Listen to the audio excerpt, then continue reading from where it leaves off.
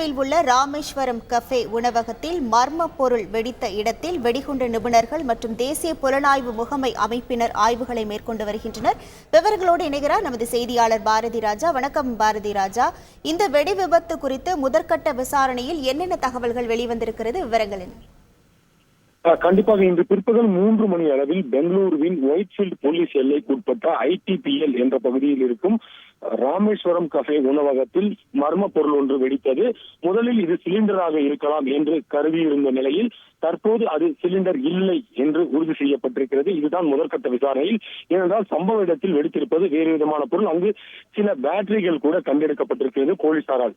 இந்த விவகாரம் வெளியில் வந்த உடனேயே தேசிய புலனாய்வு அமைப்பினர் தற்போது சம்பவ இடத்திற்கு விரைந்திருக்கிறார்கள். அது மட்டுமல்ல, பாம் டிஸ்போசல் ஸ்குவாட் என்று அழைக்கப்படும் குண்டு வெடிப்பு நிபுணர்களும் சம்பவ இடத்திற்கு வந்திருக்கிறார்கள். இவர்கள் அங்கிருந்து தடயங்களை சேகரித்து வருகிறார்கள். அது மட்டுமல்ல, தேசிய புலனாய்வு முகமை அமைப்பினர் இந்த சம்பவத்தில் காயமடைந்து மருத்துவமனையில் இருக்கும் நபர்களிடம் கூட விசாரணை நடத்தி வருகிறார்கள்.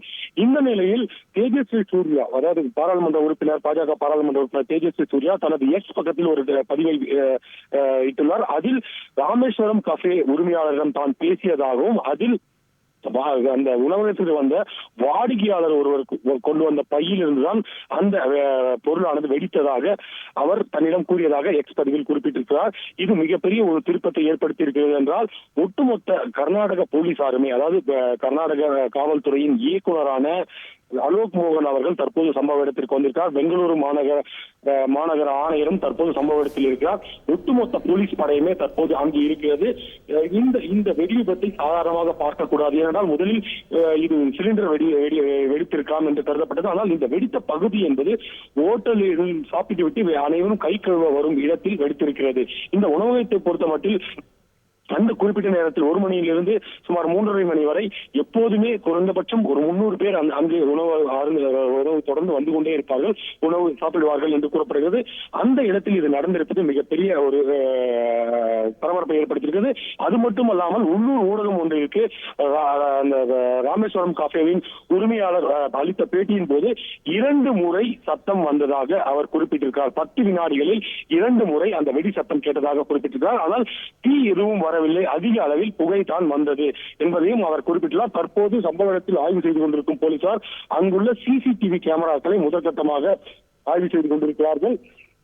அது மட்டுமல்ல, அங்கிருந்து கைப்பற்றப்பட்ட பொருட்கள், அதாவது குறிப்பாக சொல்ல வேண்டும் என்றால் அங்கு பேட்டரி ஒன்று கண்டெடுக்கப்பட்டிருக்கிறது. பேட்டரி, அதே போல வேறு ஏதேனும் பொருட்கள், வெடிப்பொருட்கள் இருக்கிறதா என்பது குறித்த தடயங்களை தற்போது அதிகாரிகள் சேகரித்து வருகிறார்கள். தற்போது நமக்கு கிடைத்துள்ள இது அதிகாரப்பூர்வமான தகவல் இல்லை. ஆனால் சில போலீஸ் அதிகாரிகள் கூறும்போது IED என்று அழைக்கப்படும் வெடிபொருளாக இருக்கலாம் என்று கூறப்படுகிறது. இந்த வெடி விபத்து அங்கு நடப்பதற்கான காரணம் என்ன என்பது குறித்தெல்லாம் போலீசார் விசாரணை நடத்தி வருகிறார்கள். ஒட்டுமொத்தத்தில் இந்த வெடி விபத்து தற்போது வேறு பரிமாணத்தை எட்டிக் கொண்டிருக்கிறது.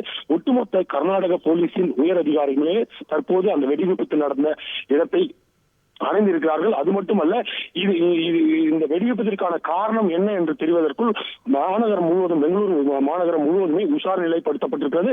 பல இடங்களில், குறிப்பாக தற்போது பெண்களுக்கான WPL போட்டி நடைபெற்று வருகிறது. இங்கு அந்த மைதானம் முன்பாகவும் பாதுகாப்பானது அதிகரிக்கப்பட்டிருக்கிறது. அதே போல ரயில் நிலையங்கள், பேருந்து நிலையங்கள் உள்ளிட்டவற்றையும் தீவிரமாக கண்காணிக்க பெங்களூரு மாநகர ஆணையர் உத்தரவிட்டிருக்கிறார். ஒட்டுமொத்தத்தில் இந்த சம்பவத்திற்கு பிறகு பெங்களூரு மாநகரமே மிகுந்த பரபரப்புக்கு உள்ளாகி இருக்கிறது. அதே போல எச்சரிக்கையும் அதிக அளவில் மேற்கொள்ளப்பட்டிருக்கிறது, முன்னெச்சரிக்கை நடவடிக்கையும் மேற்கொள்ளப்பட்டிருக்கிறது. உங்கள் முழு விவரங்களுக்கு நன்றி பாரதி ராஜா. செய்திகளை உடனுக்குடன் தெரிந்து கொள்ள உடனே சப்ஸ்கிரைப் பண்ணுங்க.